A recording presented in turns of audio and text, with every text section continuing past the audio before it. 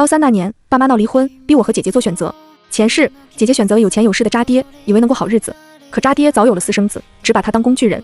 他被继母陷害，高考失利，还被爸爸逼着去陪老男人，染上一身病后被扫地出门。而我跟着妈妈一路高歌猛进，考上理想大学，嫁入豪门，连爸爸都要巴结我。姐姐疯了，在家庭聚会时毒死了全家。再睁眼，我们回到了爸妈宣布离婚的那天。这一次，姐姐抢先选择跟妈妈，把我推给渣爹。可她不知道，爸爸虽渣，妈妈却又穷又疯，跟着他更惨。祝亲爱的王子公主们2024年暴富暴美，求求给猫猫个3连8，猫猫和你们是真玩哦。正文现在开始。我选妈妈。不等爸爸把话说完，姐姐就抢先一步搂住了妈妈的胳膊，还故意挑拨离间。妈，妹妹说她不想跟着你吃苦，可只要跟妈妈在一起，我什么都不怕。妈妈欣慰地摸了摸她的脸，还是慢慢贴心。说完又瞅了我一眼，好像我背叛了她似的。我漫不经心地看了一眼姐姐，毫不犹豫地走向爸爸，牵住了他的手。爸，我们走吧。他看我对他没有任何谴责和抗拒，有些惊讶，因为之前我妈跟他吵架，我都是帮我妈的。倒是我姐一直跟他亲得很。他忍不住问我姐，曼曼，你真跟你妈？我妈刚要急眼，李曼曼就义正言辞地说，我最痛恨出轨渣男，绝对不会跟你的。我爸被噎得脸都青了，看到我妈得意的样子，黑着脸把我拉走。刚离开家，姐姐就给我发了一条信息，林弯弯，这辈子换我来嫁豪门，你就等着去陪恶心的老男人吧。虽然他秒撤回，但我还是看到了。我勾了勾唇角，果然重生不代表换了脑子。他以为跟着妈妈就一定能嫁入豪门，走上人生巅峰，殊不知妈妈就是个控制欲强到爆棚的疯婆子。尤其是跟爸爸离婚后，她将所有希望都寄托在我身上，稍有不如意就会打我出气。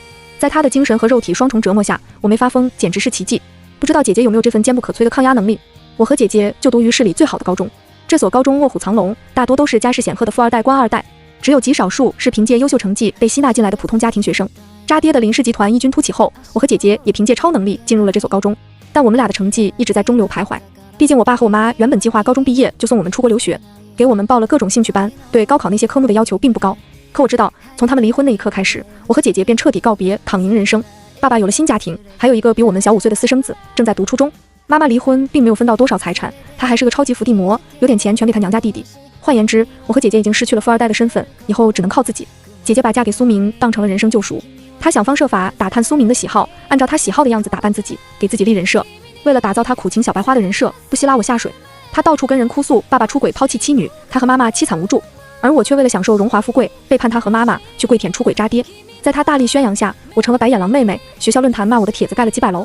可我既不反驳也不澄清，都高3了，毕业后各奔前程，有些人这辈子都不会再见，我才懒得管他们怎么看我。更何况我的确贪图我爸的钱，还想把他所有的财产都占为己有。高考是我夺取林氏集团计划的第一步，虽然前世已经经历过一次高考，可毕竟毕业10年，很多知识点都记不清了，我必须要抓紧时间补起来。为了避免跟我姐一样，高中毕业就被迫参加各种酒局，最后惨遭继母算计，上了老男人的床，连联姻的价值都丧失殆尽，彻底沦为了继母替他儿子铺路的工具。我爸是个极好面子的人，他重男轻女不假，但一个高考状元女儿的价值，他还是很看重的。前世我考上清华后，他一直想办法跟我套近乎，试图挽回父女感情。我也借着他这块跳板，顺利嫁给了苏明。不然以苏明跟他爸一脉相承的凉薄心性，怎么可能会娶一个除了美貌一无是处的女孩子？可我姐并不理解这些残酷的真相，她满心幻想着豪门少爷爱上贫穷励志小白花的浪漫故事，用尽各种手段在苏明面前表现。学校组织篮球赛，一向不爱运动的林曼曼却报名了，因为苏明的一大爱好就是打篮球。而前世我就是在这次篮球赛上得到了篮球女神的称号，彻底征服了苏明。可这次我没有报名，因为我不再需要苏明这个块跳板，不必再费尽心机讨好他。林曼曼发现我没报名，赶紧过来试探我，你不是很擅长打篮球吗？你怎么不报名？我头也不抬地继续刷题，没空，要学习。林曼曼一把夺过我的试卷，要不要我透露明年高考的试题给你？我可都记得哦。我冷冷地看着他，把试卷还我。他被我吓到了似的，下意识地松了手。我脸眸继续埋头做题。他开始试探我，弯弯，你也是重生的吧？我扫了他一眼，你有病就去治病，别在这里胡言乱语，打扰我学习。他满心狐疑，却也没有证据证明我跟他一样是重生的。你真不参加篮球队？苏明要当女队的教练哦。我只当没听见。林曼曼松了一口气，她大概觉得这次篮球女神非她莫属了。可惜她忘了，我之所以能拿到篮球女神的美誉，可不是单靠美貌，而是我带领13班拿下了冠军，还以30分和16次助攻拿下了最佳 MVP。对于高中时代年轻热血的男孩子而言，这样的女生才足够耀眼，更别提对篮球爱得深沉的苏明。听同为女队成员的同桌说，林曼曼借着放学后集训时间跟苏明关系越来越近，苏明还亲自接送林曼曼上下学。我问他，林曼曼篮球打得好吗？他翻了个白眼，他狗屁不通，跑几步就要他命似的，还要别人传球给他。要是我们不传球，他就说我们排挤他，服了。这次篮球赛由体校的老师来观赛，表现出色的可能会被体校教练选中，所以很多想考体校的体育生都积极参与。我们班也有2个体育特长生，这次比赛对他们而言非常重要。林曼曼虽然练了2个月，但技术依然不过关，只能作为替补坐冷板凳。可林曼曼怎么舍得错过这么重要的出风头机会呢？上半场还没结束，其中一个体育生突然倒地不起，被紧急送去校医院。林曼曼立刻申请上场替补。队长犹豫不决，林曼曼就大声问他：我最近这么努力训练，你却连上场机会都不给我，还说不是故意排挤我。他的声音引起了很多人的注意，队长顶不住压力，只能让他上。林曼曼上场后表现非常积极，然后上半场结束，我们班从领先对手10分变成落后3分，气得全队脸色都黑了。作为教练的苏明直接把林曼曼骂了个狗血淋头，林曼曼却不觉得自己有问题，大言不惭：我刚上场有点紧张，下半场会好的。苏明没有给他机会，下半场让另外一个替补上了，可他上场不到2分钟，脚扭伤倒地，从他的鞋底发现了图钉。这下再傻的人也知道有问题了，大家纷纷把目光投向林曼曼。他一脸无辜：你们这么看我干什么？怀疑我？到底没有证据，再无可替补的人，只能让林曼曼顶上。毫无意外，下半场输得很惨。结束时，林曼曼竟然先发难，肯定是有人故意捣鬼，先整垮我们的核心队员，又弄伤替补队员。我也一直觉得肚子疼，浑身无力。到底谁这么恨我们啊？他一边抹眼泪，一边把目光投向在角落里戴着耳机听英语的我。今天的水是林弯弯负责送来的吧？有人提了一句。林曼曼立刻说：快查一下大家的水有没有问题。最后从体育生的水里查出了泻药成分，林曼曼便一口咬定，肯定是我为了跟他赌气，故意坑大家。弯弯，你怎么可以这样？你拿集体荣誉跟我斗气，太过分了吧？你知不知道大家拼命几十天训练有多辛苦？他一边抹泪一边指责我。我同桌立刻替我辩解，弯弯不是这种人，他没理由这么做。怎么没理由？他暗恋苏明，知道我和苏明走得近，他嫉妒。林曼曼立刻给我扣上一顶大帽子，恰好这话被苏明听见了，他看向了我，目光里带着显而易见的嫌恶。我明白了，林曼曼知道自己无法靠打篮球脱颖而出，故意想出来这么个馊主意，想踩着我博取苏明的同情，顺便为他篮球赛上糟糕的表现找一个合理的借口。他要是把这点小聪明用在学习上，就算上不了清北985还是可以搏一搏的。我不免替他感到遗憾，继续埋头听英语。林弯弯，你不解释一下吗？刚从校医室回来的体育生大声质问。他作为体育生，为这次比赛付出了很多努力，可第一轮就惨遭淘汰，他能不恨吗？我摘下了耳机，看着他，解释什么？你有没有在我水里下药？医生给我做了检查，说我被人下了泻药。他拿出化验单给大家看，还有我鞋子里的图钉，也是你干的吗？替补那位也很愤怒。我若有所思，问要不报警吧？所有人都傻眼，没想到我这么刚。林曼曼的脸色瞬间慌了，结结巴巴地说：这点事至于报警吗？我笃定的点头，给同学下毒，往人鞋子放图钉，是故意伤害罪。警察叔叔办案经验丰富，肯定能查出真相，到时候该坐牢坐牢，该赔偿赔偿。林曼曼听到坐牢，腿软了一下，强撑着说：你只要道歉，大家都会原谅你的，何必把事情闹大？我嗤笑，不是我干的，我为什么要道歉？报警还我清白，也还2位受害人公道，不好吗？同桌也帮我说话，肯定不是弯弯干的，他天天埋头学习，根本没关注过篮球赛。今天送水还是我硬拉着他去的，谁往那一放他就去观众席了。他没参与发水，怎么知道该给谁下毒？高子涵鞋子里的图钉，弯弯没有机会下手吧？林曼曼，我记得中场休息的时候是你说让大家把鞋脱了，放松足部的，对吧？你还特别殷勤的帮大家把鞋子摆放整齐，你平常可是最嫌弃大家运动后的脚臭味了。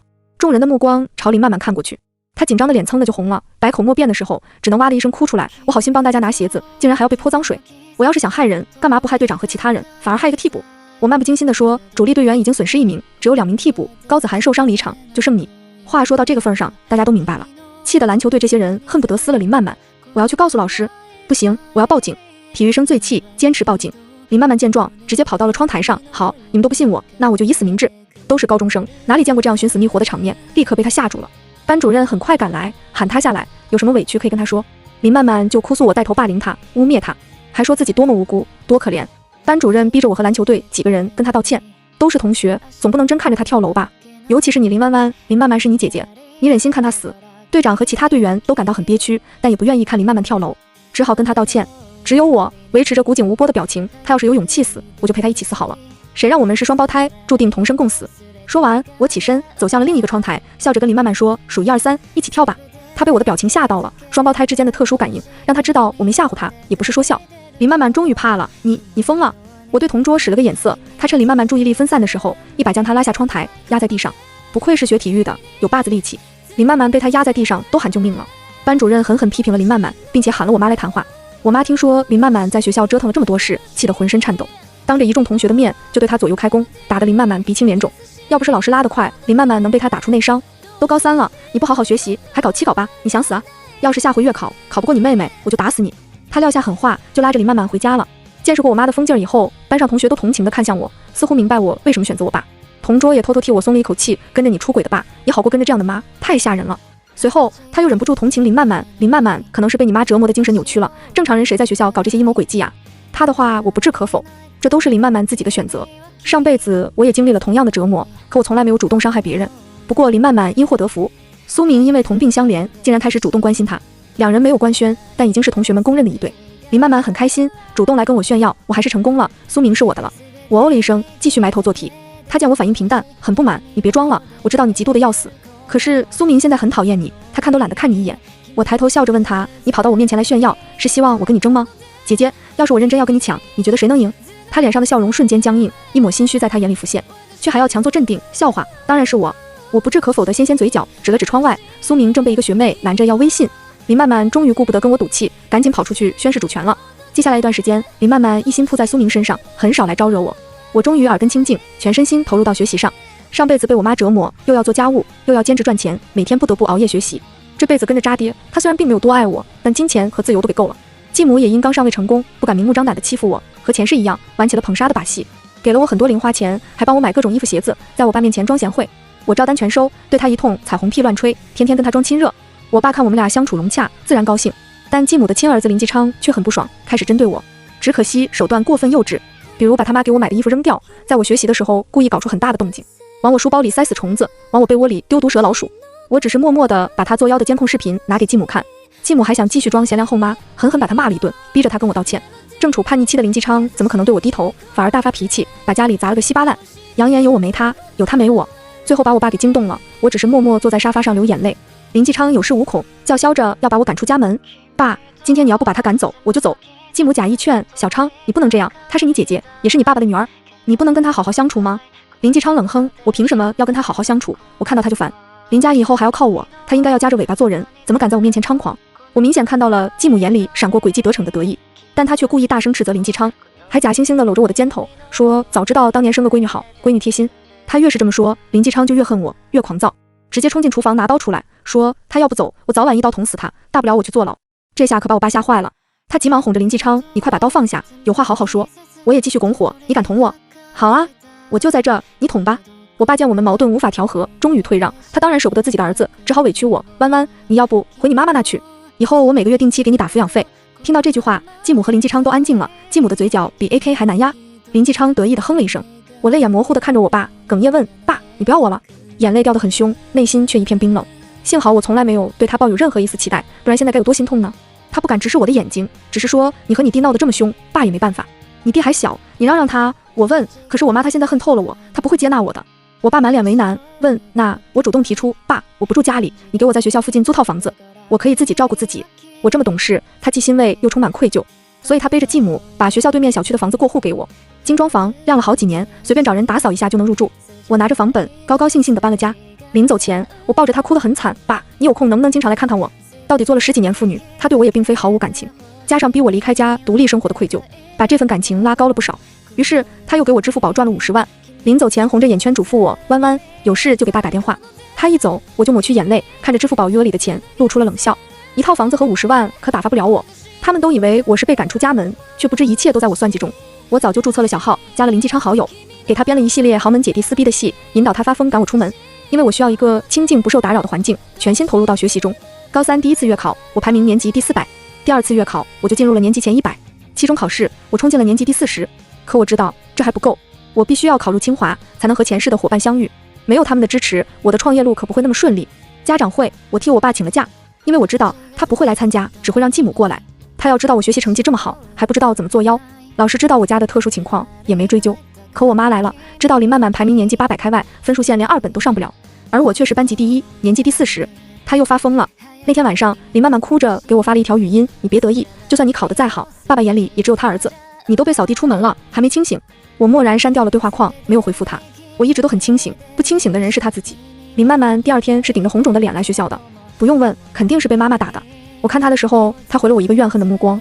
最近他过得很不顺，妈妈越来越像个疯子。苏明和他的感情也过了新鲜期，开始频繁跟其他女生接触。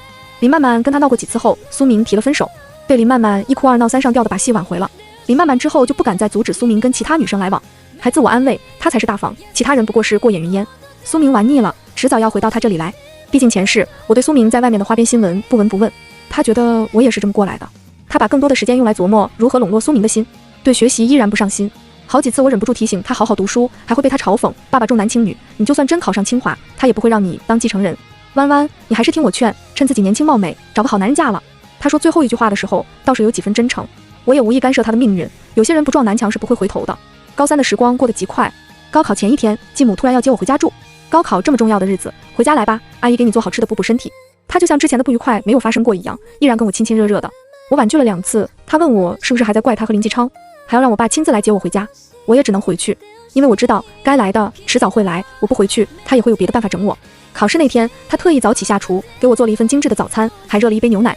我故意大声说：“谢谢阿姨，你对我太好了，比我亲妈对我都好，真羡慕弟弟有这么好的妈妈。”林继昌被我惊动了，站在楼上脸色阴沉，继母都吓了一跳，笑容僵硬的摆摆手，都是应该的。林继昌走下来，一把推开我，坐在桌前，端着牛奶就往嘴里灌。继母脸色大变，一把夺过牛奶，不让他喝。林继昌气得掀了桌子：“你都从来没给我做过早饭，凭什么给他做？我吃不成，谁也别想吃。”发完了脾气，他就怒气冲冲地回了房，把门摔得震天响。继母只能去重做2份一模一样的端来，特意把其中一杯牛奶推给我：“弯弯，你别跟弟弟计较，他年纪还小，不懂事。不懂事？都读初3了，还不懂事？笑话。”不过我很乐意看到他不懂事，这样才会成为我的垫脚石。我故意说：“今天不想喝牛奶，给弟弟喝吧。”我惊讶地问：“怎么不行？他喝1杯就够了。”他极力掩饰着慌乱，但很可惜，他的演技没那么好。我把牛奶拿回来，他松了口气，趁热喝吧。他盯着我，生怕我不喝。我故意喝了一口，然后假装被呛到了，喷了他一脸。他赶紧去洗手间擦。我趁机把自己和他儿子的牛奶调换了。等他回来时，我面前的牛奶杯子已经空了。我还给他道歉：“阿姨，对不起啊，刚刚我不是故意的。”他见我喝了牛奶，也不跟我计较了。没事，你肯定是要考试太紧张了。我去看看小昌，他上楼去哄他儿子了。我收拾了东西，趁早出门。不出意外，出意外了。林继昌被送进了急诊，经化验，他服了大量烈性泻药。我考完回家的时候，就迎来了我爸狠狠一个耳光。跪下！继母哭红了眼睛，恶狠狠地盯着我。我耳朵一阵嗡鸣，半晌后才哭着问：“爸，你为什么打我？”我爸脸红脖子粗的吼：“你还有脸问？是不是你给你弟弟下毒，害他进了医院？”我泪眼婆娑，哽咽问：“弟弟进医院了？是谁说我给他下毒了？我为什么要下毒？”继母又是一阵呜咽，满是委屈：“我对你那么好，把你当亲生女儿一样看，你却给你弟弟下毒，你好狠的心！”我爸脸色相当难看，抬手又要打我。爸，我早上出门的时候，弟弟还在楼上，我怎么给他下毒？继母振振有词：“他早饭就摆在桌上，肯定是你趁我不注意往他牛奶里下药，要不然你干嘛那么急匆匆的出门？”我深吸了一口气，逐渐平静下来。既然爸爸和阿姨都怀疑我，那就调监控吧。我指了指放在客厅的小玩偶，我怕在家和弟弟发生冲突，解释不清楚，特意放了监控在客厅。听到我说偷偷放了监控，继母的脸色煞白，她先一步冲过去，把玩偶里的摄像头拆出来，狠狠砸在地上，用力踩踏。好啊，没想到你这丫头心机这么深，竟然偷偷装监控。我又指了指另一个方向，阿姨不也放了吗？如果我没猜错，今天你应该关闭了监控。她再度傻眼，没想到会被我拆穿。还有我房间里那幅画，阿姨也装了针孔摄像头，是吧？继母的脸色更难看了。我爸眯起眼睛看着她，我已经先一步将手机连接了客厅大屏电视，播放了今天早上的监控录像。画面里，继母往牛奶杯子里撒药粉的画面被拍得一清二楚，而我偷换自己和弟弟牛奶的画面已经被处理掉了。我爸的脸阴沉到了极点，转身甩了继母一巴掌：“你做的好事！”继母哭得撕心裂肺：“你竟然打我！这丫头肯定做手脚了，她肯定是一早就发现我在牛奶里下药，故意跟小昌换。”说完这句，她又后悔了。我爸被她气得又给了她一巴掌。我说过多少次，弯弯是个女孩子，她不会威胁到小昌的继承权，你怎么就容不下她？继母边哭边骂：“你以为你女儿是什么好东西？她鬼心眼那么多，我儿子又单纯，斗不过她怎么办？”我抹了一把眼泪，楚楚可怜地看着我爸：“爸爸，我实在不懂，阿姨怎么就这么恨我？我已经主动离开，她不喜欢我，完全可以不理我，为什么把我哄回来，却在我考试这么重要的日子给我下药？如果不是我提前准备了监控，那真是百口莫辩啊！”她自知理亏，不敢直视我。弯弯，这次是爸爸错怪了你，爸给你道歉。你放心，以后不会再发生这样的事情。你安心考试，就算你考不上大学，爸送你出国留学。我摇头，不用了，爸爸，我已经成年了，以后你不用管我了。我保留了证据，准备报警，告他故意伤害罪。我知道是告不成的，这只是我威慑我爸的手段而已。为了安抚我，我爸又递给了我一张卡，里面存了100多万。我同意把那段视频给删了。他好面子，绝不可能让这种家丑外扬的。我弟中毒这件事也不了了之，但我知道我和继母之间的斗争才刚刚开始，他绝不会轻易放过我。高考刚结束没多久，他就鼓动我爸带我去应酬。他那个成绩也上不了什么好大学，不如早点跟你去见世面，说不定遇到个好的对象，通过联姻帮到你呢。我爸的公司虽然做得很大，但根基不深，跟一些真正的豪门比，他就是个暴发户。通过联姻结交那些大佬，他当然求之不得。他说要带我参加酒会的时候，毫不掩饰自己的企图。今晚的酒会，很多青年才俊、豪门公子，你可要好好把握。我没有拒绝，因为我的确需要积累人脉。酒会上，我遇到了苏明，他身边的女伴却不是林曼曼。我爸推了推我：“苏家少爷不是你同学吗？怎么不过去打招呼？”我爸现在没有打算把我推去陪老男人，而是希望我跟年纪相当的二代们结交。我跟他说苏明是姐姐的男朋友，他惊讶极了，看到苏明跟身边的女伴那么亲近，他连连皱眉：“那他怎么没跟你姐一起来？”我叹了一口气，谁让姐姐现在的身份是他家保姆的女儿呢？我爸脸色一僵，咬牙说：“我不是每个月给他打生活费吗？你妈还需要去给人家当保姆。”我嗤笑：“你还不了解我妈，她的钱都拿去贴补舅舅了。”我爸气到说不出话，这下你知道我为什么要跟你妈离婚了吧？她就是个伏地魔，心里只有她弟弟，没有我们这个家。我心想，你也别往自己脸上贴金。自己重男轻女，我跟我姐出生后，她的事业刚刚有点起色，就迫不及待出轨了。林继昌只比我和林曼曼小5岁，之所以没早早跟我妈离婚，是因为继母那时候还是大佬的金丝雀。我爸没勇气跟那位大佬抢女人，也不知道继母怀的孩子是他的种。前年继母的金主意外去世，继母拿着亲子鉴定找上门，我爸立刻就着手转移财产，跟我妈离婚娶她。我爸想了想又说：“你跟你姐联系一下，让她回头来家里吃饭。”我知道他想拉拢我姐，攀附苏家这棵大树，但恐怕他要失望了。苏明对林曼曼的感情根本靠不住，林曼曼那脑子也搞不定苏明的爸爸，更何况林曼曼带着前世的记忆，恨透了我爸，不会乖乖听话的。但我还是当着我爸的面给林曼曼打了电话，他果然如我所料，把我爸骂了一顿，让他死了这条心。我嫁给苏明是我自己的事儿，他一点光都别 YouTube 想沾。我爸脸色铁青，骂了一句白眼狼，亏我每个月按时给他打抚养费。之后他也没再提这茬，反而鼓动我去跟苏明多接触。你和你姐是双胞胎，你姐行，你也一定行。我默默翻了个白眼，摇头，指向了坐在角落里非常低调的富家少爷傅思年。爸爸，我更喜欢这位。我爸眼睛一亮，傅家可比苏家实力强多了。傅思年又是出了名的优秀，他比我大3岁，却已经是斯坦福双学位硕士。听说2年前他已经逐步接手傅家的产业，还做得非常出色。这样的人可比苏明那种纨绔子弟强太多。你搞得定？我爸怀疑地看着我，我笑笑，试一试也不亏，不是吗？我爸高兴地点头，不愧是我女儿，去吧。我端着饮料坐到了傅思年身边，却一句话也不跟他说，他也没主动搭话的意思。我掏出手机，开始玩我自己制作的小游戏，他立刻被游戏吸引了目光。这什么游戏？我怎么没见过？我就知道他对这个感兴趣，但我只是淡淡的回答，我自己瞎编的。他震惊极了，你自己编的？我点头，继续玩。他也拿出手机开始搜索，果然没有发现市面上有同类型游戏，可以让我玩玩吗？他问。我把链接发给他，让他自己安装。不一会儿他就惊喜说，虽然还很粗糙，但可玩性很强，如果完善一下推出市场，前景肯定不错。那当然，前世这款游戏可是我公司的王牌之一，盈利能力强的可怕。我手机里这款是简化版的，都是花了我1年时间才编写完成，能不能卖给我？他眼里闪着商人才有的金光。我摇头，不卖。他又说，随你开价。我依然无动于衷，不卖。他皱眉，有些失望。我接着说，不卖，但我愿意跟你合作开发，你出资，我出技术。他有点惊讶，大概没想到我这么小年纪，不仅有能力独立制作游戏，还很有商业头脑。他稍微斟酌了一会儿，就跟我交换了联系方式，明天来我公司详谈。我也识趣的离开，没再打扰他。没想到他竟然主动邀请我跳舞。我挑眉看着他，没有接他的手。怎么不会？我笑了笑，你最好别这样，被我爸看到了，他会把你当金龟婿。他又露出了惊讶的表情。我朝他颔首，转身离开。我爸一直偷偷观察我和傅思年，发现我拒绝傅思年的邀约，很不解，你怎么不跟他跳舞？他今晚还是第一次主动邀请别人跳舞。我挑眉，充满自信，爸爸，太容易得到的，往往不会珍惜，不是吗？他立刻恍然，用一种赞赏的目光看着我，弯弯，你比爸爸想的要聪明。此时他还只是欣赏我的聪明，但不久的将来，他一定会后悔有这么聪明的女儿。我爸以为我搞定了傅思年，没再把我引荐给其他人。我乐得自在，一个人躲在角落里玩手机。苏明竟然主动跑来找我，林弯弯。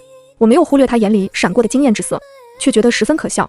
我和林曼曼长得很像，林曼曼天天在他面前花枝招展的，他不都看腻了吗？我今天不过是稍微化个妆，换了一身礼服裙，就把他惊艳到了。我朝他颔首致意，好巧。苏明在我身边坐下来，你平时老穿着老土的校服，今天突然打扮起来还挺好看的。我不冷不热地说，谢谢。他见我态度冷淡，竟然也不介意，反而问，会跳舞吗？我摇头表示不会，他却一把拉起我教你，说着就把我带入舞池。我不想闹出动静，只能配合他。你跳得挺好吗？刚刚是故意拒绝我？苏明饶有兴味地问。我瞥了他一眼，别惹我。但苏明今晚像吃错了药，完全无视我的拒绝，贴近我问，林弯弯，你也喜欢我，对吗？我差点被他的自作多情恶心吐了。你想多了。苏明笑，别否认，你姐没少在我面前提你，我跟其他女生在暧昧，她都不介意，但只要提起你，她就会发疯。我无心成为他们 play 的一环。音乐恰好结束，我推开他，苏明，我和林曼曼在闹，也是亲姐妹，别想在我们之间反复横跳。说完扭头就走，正好时间也晚了，我跟我爸说了一声，准备提前离场。苏明却追着我跑出来，要送我回家。就在这时，林曼曼冲了出来，狠狠推了我一把，不要脸，背着我勾引苏明。苏明觉得很没面子，吼他，你发什么疯？你不带我来酒会，却带他来，你是不是喜欢他？林曼曼哭着问。苏明懒得理他，你别来烦我。林曼曼只好冲我来，抬手就打我。这次我可没惯着他，抓住他的手腕，反手就给了他一巴掌，少来发癫，你的男人我没兴趣。林曼曼被我打了，哭着看向苏明，他打我，你都不管，你们姐妹俩的事情我怎么管？苏明满脸写着对他的嫌弃。林曼曼却朝他亮出了一张化验单，我已经有了你的骨肉，你要是敢不负责，我就告你强奸。等事情闹大了，看你苏家的脸往哪儿搁。苏明傻眼了，他完全没想到林曼曼会怀孕，更没想到他竟然会以怀孕要挟他。我懒得看他们之间的闹剧，转身离开。第二天跟傅思年见面，谈了一下合作的细节。他对我的一些游戏理念非常欣赏，很快就决定要跟我合作。之后他就经常喊我出去，大部分都是谈工作。可我爸却以为我和傅斯年谈上了，非常高兴，盼着我能早日嫁入傅家。我继母生出了巨大的危机感，她担心我找了这么有能力的老公会威胁她儿子的地位。为了毁掉我的前程，她故技重施，提前联系好了年过半百的好色老头朱总。朱总手里握着一块王牌地皮，我爸一直想从他手里买来。我爸亲自跟朱总谈了好几次，但这老东西始终没松口。继母假意要带我出去吃饭，却约了朱总。看到那老头的瞬间，我就知道继母打的什么鬼主意，因为他就是前世毁掉林曼曼的老男人。我不动声色地跟朱总攀谈，不动声色换掉了我和继母的酒杯。在他喝迷糊之后，把他交给朱总。叔叔，我肚子疼，麻烦你帮我把阿姨送去楼上休息。继母虽然30多岁了，但保养得很好，朱总一直都对她垂涎不已。他当然不会拒绝。看着朱总搂着继母进了房间以后，才给我爸打个电话，爸，我看到阿姨和一个男人进了酒店，你快来呀。我爸气冲冲赶来，却在最后一刻停止了敲门的动作。他拉着我脸色阴沉地离开。我忽然觉得我爸真牛，为了达到目的，不仅可以牺牲女儿，也可以牺牲老婆。难怪他可以白手起家，在商场上杀出一条血路。可能这份冷血无情也遗传给了我。这件事不许对任何人说，他警告我。我乖巧的点头，知道。他叹了一口气，爸爸也有很多无可奈何。我又点头。他递给我一张卡，我知道是封口费。再见到继母，他看我的眼神充满了杀意，却什么都没敢说。显然我爸也跟他谈过了，他只是偷偷伏在我耳边警告我，我是为我儿子牺牲了自己。等我儿子当家以后，我一定弄死你。可惜他等不到那天了。我的高考成绩下来了，当我爸得知我拿了省状元后，他激动坏了。尤其是一大堆来采访的记者询问他的教育方法时，他乐得满脸褶子都开了花，对着记者夸夸其谈，还顺便宣传了一下他的公司新开发的学区楼盘。我这个状元女儿成了他的免费宣传工具。我并不介意，因为我需要一步一步入侵他的领地，直至彻底将其归为己有。大2那年，我和傅斯年开发的游戏正式发布，一经推出，火爆全网。我故意放出风声，让我爸知道这个游戏是我参与开发的。他惊讶的同时，也对游戏这个领域垂涎3尺。游戏多赚钱，他是清楚的。他主动提出要收购我的小公司，并入林氏集团。我同意了，但条件是游戏业务由我全权负责，他不能干涉。游戏盈利的部分我要分红。我爸自以为占了大便宜，欣然答应。此后，我接连推出了几款爆款游戏，赚了盆满钵满。房地产走下坡路了，我的游戏业务成了公司的支柱产业。我在公司的话语权也逐渐增大，在公司被人尊称一句小林总。我爸感受到了我的威胁，竟然把还没毕业的林继昌塞到了游戏部，打着让他跟我学习的幌子，明目张胆地夺我的权。林继昌狗屁不懂，一来就瞎指挥，大刀阔斧的裁员，往分公司塞自己人。我知道他想逼我走，我也如他所愿走了，但带走了3个项目组的核心成员。除了他新招的那几个人，他成了光杆司令。公司最赚钱的3款游戏缺乏核心人员维护，服务器崩了。我爸迫不得已，只能请我回去。我毫不留情地拒绝，爸爸，你想培养弟弟，这可是好机会，我就不去掺和了，免得爸爸担心我跟弟弟争家产。他只好问我，你说吧，什么条件才愿意回去？不愧是在商场摸爬滚打几10年的人，没蠢到底。我笑着说，你名下1半股份，不过分吧？他瞪大眼睛，怒不可遏，你这是趁火打劫。爸爸，现在游戏是公司最能盈利的项目，其他业务都在亏损，股份给了我，也没给外人，有什么舍不得的？他理所当然地说，公司是要留给你弟的，他那种废物能守得住吗？我反问他，他终于哑口无言。林继昌无论是智力还是能力都不足以跟我斗，他退了一步，1半太多了，最多给你4成，成交。我笑着朝他伸出手，他错愕地看着我，没想到我答应得这么爽快。我看到他眼里的后悔，但来不及了，出尔反尔只会激怒我，让我彻底撂挑子。他签了股份转让合同后，扼腕道，早知道当年就不让你进公司了。天下没有后悔药，爸爸，但你把公司交给我，不会后悔，女儿也可以继承家业，你的思想还是太老旧了。我笑着拍拍他的肩膀。他不知道的是，我已经从傅斯年那里买走了林氏集团8%的股份，加上他给的40%股份，我已经成了公司最大的股东。在傅斯年和几个股东的支持下，1个月后，我坐在了集团总裁的位置上，把林继昌和他双双踢出局。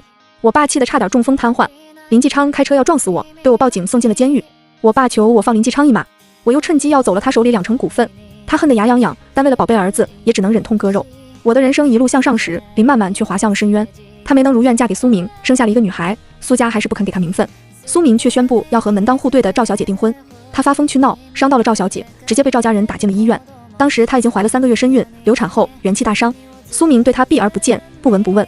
我妈只会骂她无能，说她痴心妄想，害人害己，把她丢在医院不闻不问。她在走投无路的情况下找上了爸爸。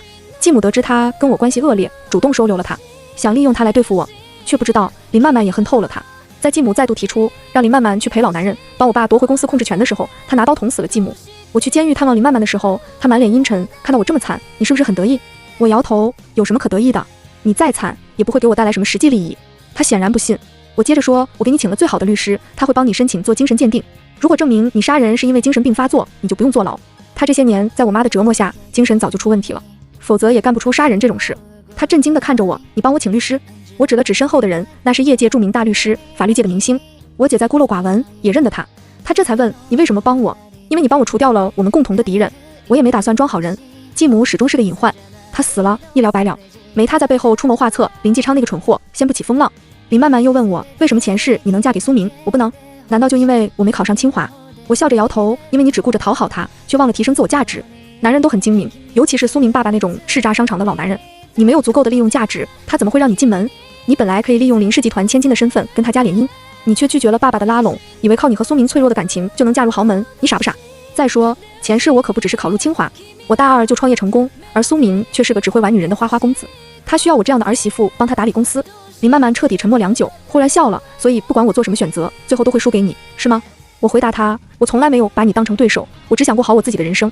赢了你是什么很值得高兴的事情吗？他仿佛被人一锤打懵了，许久没有回神，最后吐出一句话，果然还是我太蠢，怨不得别人。我问他，如果再重来，最想做什么事？他想了想，说，我想进军时尚圈，我喜欢漂亮衣服和美妆。我微微点头，好好学习这方面的知识吧，或许以后用得着。这算是我最后一次提点他，如果他依然冥顽不灵，那也是他的命。精神鉴定结果出来，林曼曼患有严重的躁郁症和精神分裂，并且律师也提出给我妈做了精神疾病鉴定，最终结果是我姐遗传了我妈的精神分裂，不需要承担刑事责任，需要入院治疗。在治疗期间，她听从我的建议，努力学习服装设计和彩妆知识，还创作了不少令人眼前一亮的作品。出院后，我给了她一笔钱，送她出国深造。又过了几年，她在时尚圈闯出了一番名堂，创办了个人品牌。在见面的时候，我们都已经步入中年，42岁的她却比18岁的时候更具有魅力。自信从容，浑身散发着蓬勃向上的生命力，整个人闪闪发光。见到我，他大大方方地拥抱了我，谢谢。不客气。我拍了拍他的背。再后来，他的品牌发展到了国内，为了回报我，他主动把公司并入林氏集团旗下，服装和彩妆后来也成了林氏集团最赚钱的项目之一。我和林曼曼也被网上戏称为林氏双明珠。很多年后，我们都老了，他又一次问我，当年为什么不计前嫌帮他？我叹了一口气，无奈说，因为这已经不是我们第一次重生，之前的每一次，你一死，我也会跟着死。我实在累了，不想再英年早逝。他先是愕然，随后笑着捶了我一拳，我就知道你这丫头冷血无情，绝不会无缘无故帮我。我也跟着笑了。他忽然收起笑容，真诚地看着我，弯弯，谢谢，能和你成为姐妹，是上天给我最好的礼物。他不知道的是，我刚刚那个话也是编的。我帮他，只是我深知我和他都是被原生家庭逼到绝境的可怜人。我选择逆流向上，他选择玉石俱焚，我们没有理由非得斗个你死我活。本是同根生，相煎何太急。至此全文完，感谢观看，期待一下新作品。